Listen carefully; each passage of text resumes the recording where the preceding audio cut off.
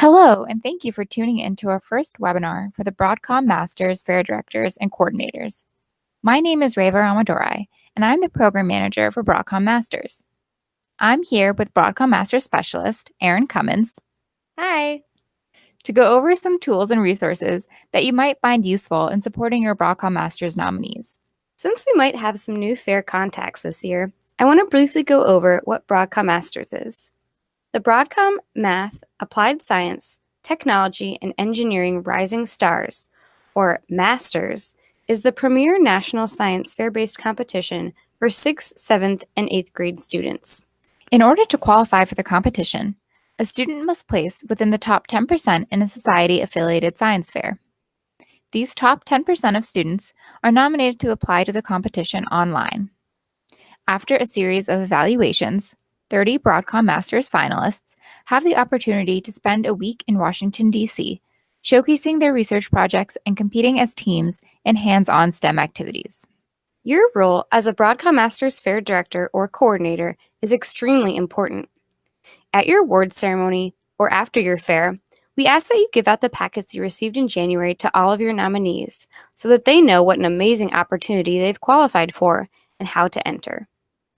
Once you have selected nominees, we also ask for your help in encouraging these students to apply to our online application. We are now going to go over a few different processes and resources that will help you better support your students in entering Broadcom Masters.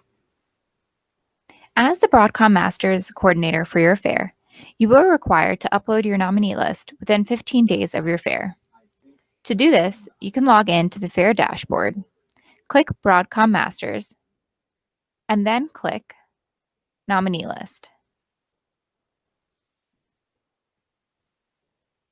Follow the instructions to download the Excel spreadsheet template and upload your list of students.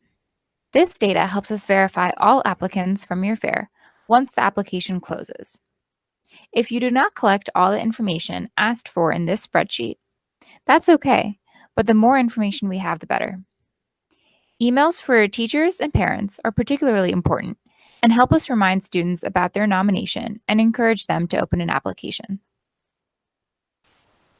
The online application for Broadcom Masters is hosted on Fluid Review. Earlier this year, you should have received an automated email letting you know that an account was created for you and instructing you on how to set up your password.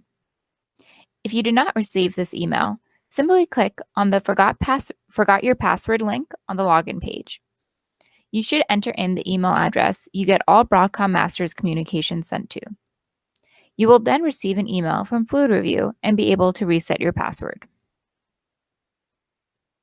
Once you log in, you will see the Fair Contact portal. Here you will be able to see a list of nominees from your fair that have opened an application this year and have started Part 1 of the application. You can see the student's name, project title, and category, but you will not be able to see any other part of their application. This is just a tool to see which students have completed the first step. If you do not see a nominee in this list, definitely encourage them to apply. At the top of the page, you can click the Resource button to access a PDF copy of the application. You will also be able to access this webinar from this page.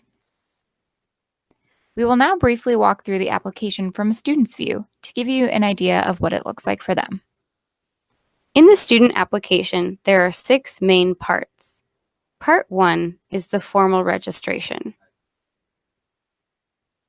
It includes basic information such as the student's name, school, gender, and grade. This information is not shared with our evaluators when reviewing applications. Part 2 is project information. Here, applicants have to answer a few questions to describe how they carried out their research. What questions did they ask? How did they collect and analyze data? What conclusions did they reach? Part 3 is essay questions. Here, in addition to an abstract or elevator pitch about their research, we want to get to know the student beyond the project, asking questions to demonstrate their creativity or ability to tackle a problem they may not be familiar with. Part 4. Personal interests. Again, moving beyond the project, this section asks questions about extracurricular activities and career interests. Judges do see this section, and it helps give them an idea of what the student is passionate about. The next section is science fair paperwork. As a fair director or Broadcom Masters coordinator, you may get a lot of questions from nominees about this section. All projects should follow Intel ISEP rules. Applicants will follow our science fair paperwork wizard to see if they need to submit forms based on the research they conducted. If a student conducted research that required forms and prior approval, we ask that you help the student obtain copies of those forms to upload here. If you or your students have any questions about this section, please email us at masters@societyforscience.org. The last section is the visual aid.